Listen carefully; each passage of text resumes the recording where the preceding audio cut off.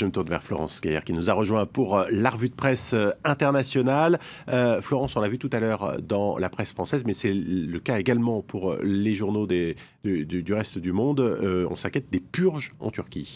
Oui, la presse internationale s'inquiète beaucoup de ce nouveau décret d'urgence promulgué par le président Erdogan qui annonce la libération immédiate de 38 000 prisonniers, peut-être plus dans les mois à venir. La nouvelle est donnée par Hurriyet Daily News, le journal turc anglophone, qui dit qu'il ne s'agit pas d'une amnistie, non. Le gouvernement veut faire de la place dans les 360 pénitenciers turcs qui comptent actuellement près de 215 000 prisonniers. Alors pourquoi ?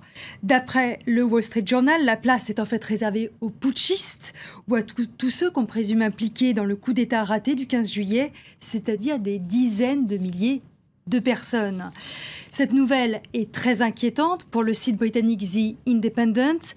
Pourquoi ? Parce que pendant que des criminels seront libérés, des violeurs ou des assassins des droits communs, on va incarcérer des personnes accusées à tort ou à raison de coup d'État. Et si on se réfère aux purges qui ont suivi le coup d'État de 1980 en Turquie, les prisonniers pourraient languir de longues années en prison avant même de passer devant la justice.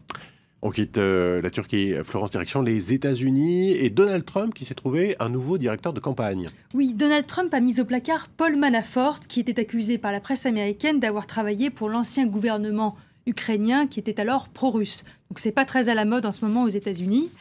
Donc des soupçons de corruption sur ce premier directeur de campagne qui a été mis au placard.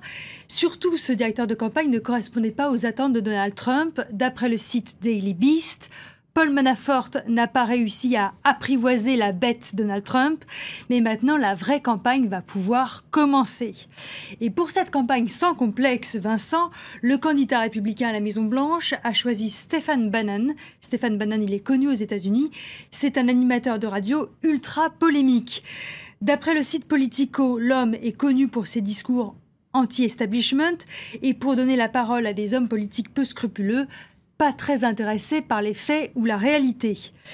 Le Washington Post titre, lui, sur « Si vous pensiez que la campagne de Donald Trump était sauvage et folle, attendez donc de voir la suite ». Le journal chinois anglophone China Daily lui propose un dessin pour résumer la situation.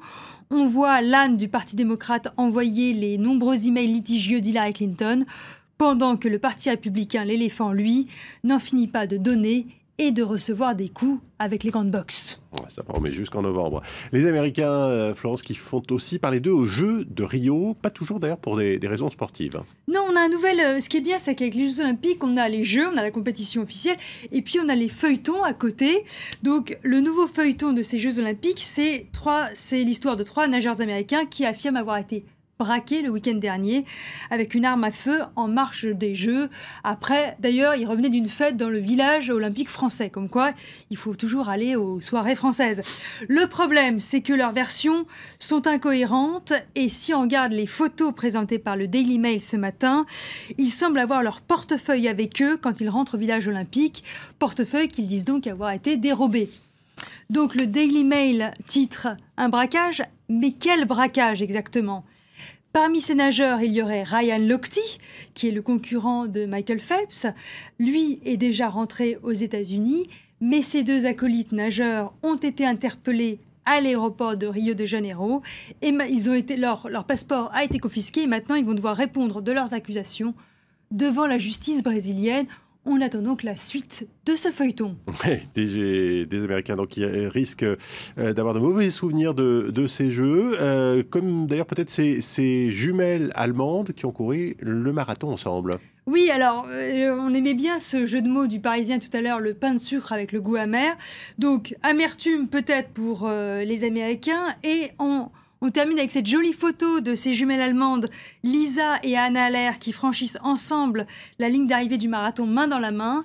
Mais cette photo qui fait les choux gras ou qui fait le ravissement de la presse internationale a rendu furieuse la Fédération allemande d'athlétisme. Pourquoi ? Parce que d'abord, les 2 étaient bien en dessous de leur temps respectif et qu'elles sont arrivées loin dans le classement. Elles sont arrivées 81 et 82e. Et ensuite, parce qu'elles ont l'air de beaucoup s'amuser aux Jeux. Or, si l'esprit est bien de participer, l'Allemagne aurait quand même préféré qu'elle gagne cette compétition. C'est toujours mieux de gagner plutôt que de participer, Vincent. En tout cas, la photo était belle. Merci Florence Guerre, merci pour cette revue de presse internationale.